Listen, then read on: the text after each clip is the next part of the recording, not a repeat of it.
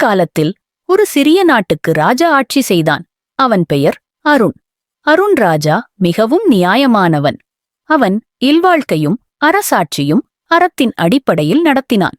அவனுடைய அரண்மனை மக்கள், மனைவி, பிள்ளைகள், பணியாளர்கள் அனைவரும் அறச்சரிந்த வாழ்வு மேற்கொண்டார்கள்.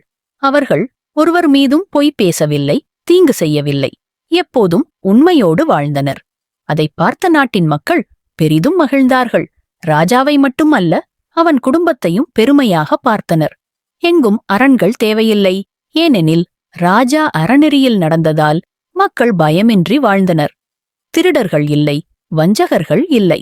அந்த நாடு ஒரு திறந்த நகர் போல மலர்ந்தது. எல்லோரும் பாதுகாப்பாகவும் அமைதியாகவும் வாழ்ந்தனர்.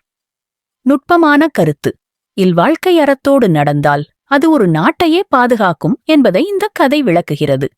திருக்குறள், குறள் எண் 50. அறப்பழுதுடையான் இல்வாழ்க்கையெல்லாம் திறப்பில் திகழும் நகர். விளக்கம்: அறம் குன்றாமல் வாழும் ஒருவனின் குடும்ப வாழ்க்கை சுவர் இன்றி திறந்து கிடக்கும் நகரத்தைப் போல எல்லோருக்கும் பிரகாசிக்கிறது.